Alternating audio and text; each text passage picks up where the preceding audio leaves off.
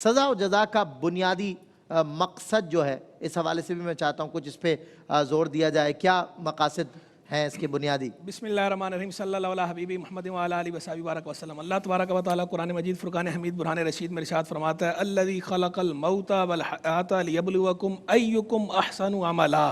بڑی برکت والا ہے وہ جس کے دست مبارک میں بادشاہی ہے، وہ ہر شے پر قادر ہے، اور اسی نے موت و حیات کو پیدا فرمایا ہے تاکہ تمہیں جانچے کہ تم میں سے کس کا عمل زیادہ اچھا ہے. تو موت و حیات کی تخلیق کا ایک مقصد اللہ تبارک و تعالیٰ نے یہ بیان فرمایا کہ بندوں کا عمل جانچا جائے. ظاہری بات ہے جب بندوں کا عمل جانچا جائے گا تو عمل دو ہی طرح کا ہے، یا خیر ہوگی یا شر ہوگا. تو اب جب ایک طرف خیر ہے اور ایک طرف شر ہے تو دونوں کے جواب میں بھی کچھ ہونا چاہیے.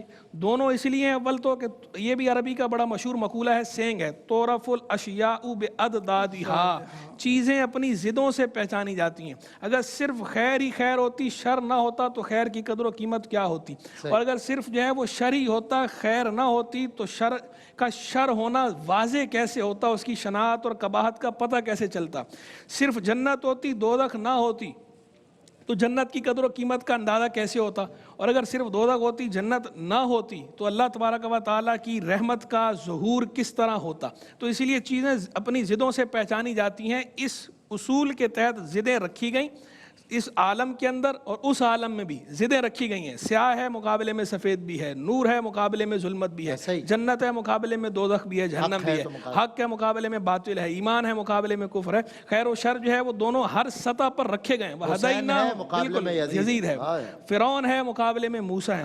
لِكُلِّ فِرْعَوْنٍ موسیٰ، ہر فرعون کے لیے موسیٰ ہے. اَيْ لِكُلِّ مُبْطِلٍ مُحِقٍ، یعنی ہر باطل کو باطل قرار دے کر اس کی باطل ہونے کو ظاہر کرنے والا اور اپنی حقانیت کو، خدا کی حقانیت کو بیان کرنے والا موجود ہے. تو اب یہ جو خیر و شر کے بدلے میں جزا و سزا اس لیے رکھے گئے کہ اگر خیر کے عمل صالح کے مقابلے میں ریوارڈ نہ ہوتا، انعام نہ ہوتا، تو اس کی طرف لوگوں کی رغبت کیسے ہوتی؟